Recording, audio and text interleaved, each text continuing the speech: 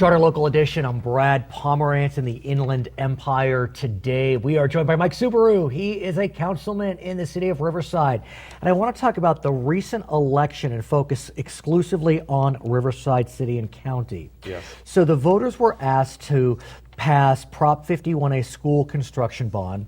55% say yes in Riverside County. They are asked to extend Prop 30 through Prop 55, 60% say yes. Yes. They're asked to increase the cigarette tax in Prop 56, 57% say yes. This is all Riverside County numbers. They're asked to pass a school bond. You need 2/3 vote. In Riverside USD, it gets 70%. Yeah. And then they're asked to increase the sales tax in the city of Riverside by 1 cent. Yeah. Not a quarter, not a half. Right. 1 cent, and it passes overwhelmingly with 60% of the vote. Amazing. Amazing. This is Riverside County. Yeah.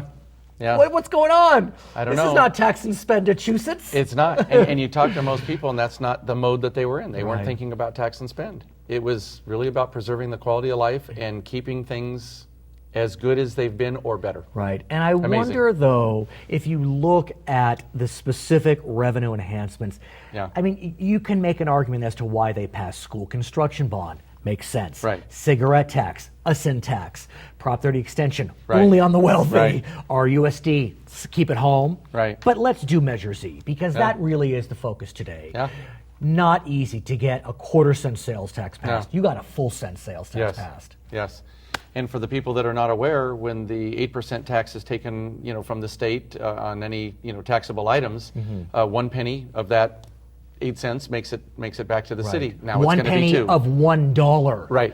And that's Yes. the key. One We penny don't of $1. realize that. Yeah, 1 penny of $1 on taxable goods only. Right. And those non-taxables will remain the same. But 1 extra penny now is going to come to us, the city of Riverside, to use to help bring up the And I want revenue to stream. talk about that. Before, though, I want to ask you about its passage. Because 60% is not close.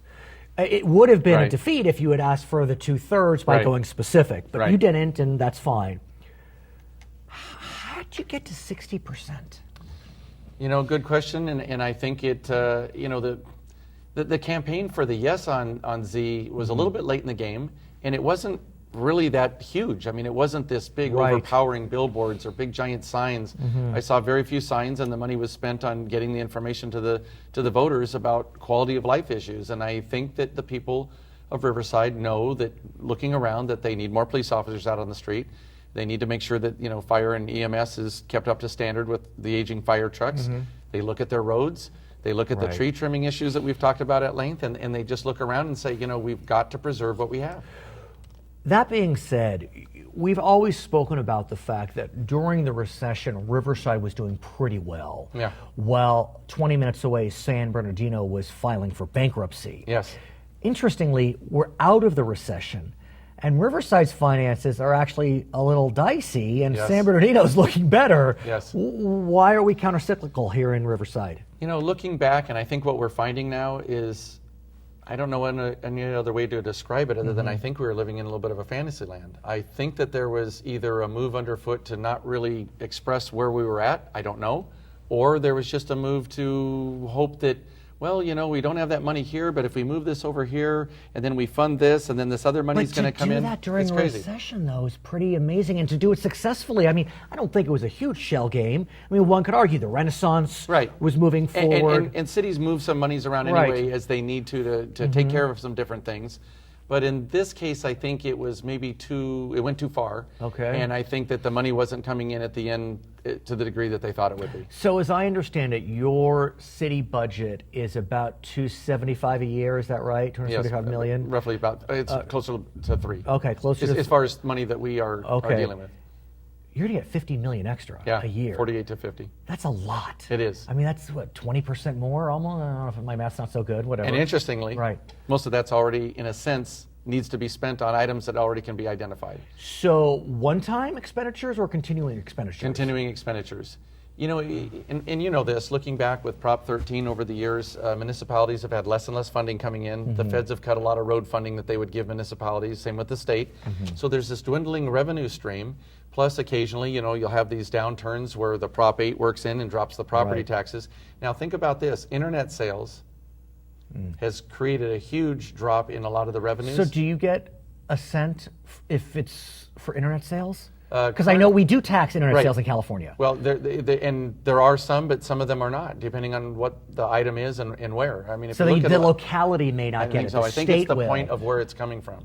Right, I understand. Right, okay. So, and there are no Amazon Yes. fulfillment houses in, Now, in Riverside thankfully City. for Riverside, we have this additional revenue stream that will insulate us from the future. And by that, I mean, what is going to be, what innovation and what new thing is going to be invented in the next 5 years that hasn't even been thought of? Right. Nobody's even thinking about it. It's not even on the drawing board that will peel away a lot of revenue from Riverside. So you said that a lot of the money is already dedicated, or at least there's a vision for it. Yes. How does that work? Is it the city council? Is it an oversight board? Is it the mayor, the city manager? How does it work? Well, we recently enacted a budget engagement commission, and we're actually picking members for it, and it should be seated sometime in February, March. Okay.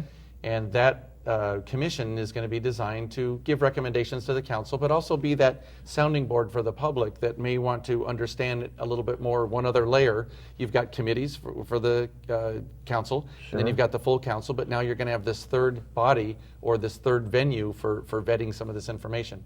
And you know, it's interesting because I think some people think that, well, now there's an open checkbook and it's you know, money coming in and flowing. Right. But if you think about it, Riverside Police Department is very underfunded with bodies, or not underfunded with money, but I mean, we have very few bodies in the allotment. We're actually about 40 or 50 positions lower than what we were a few years back, Really? plus we've grown.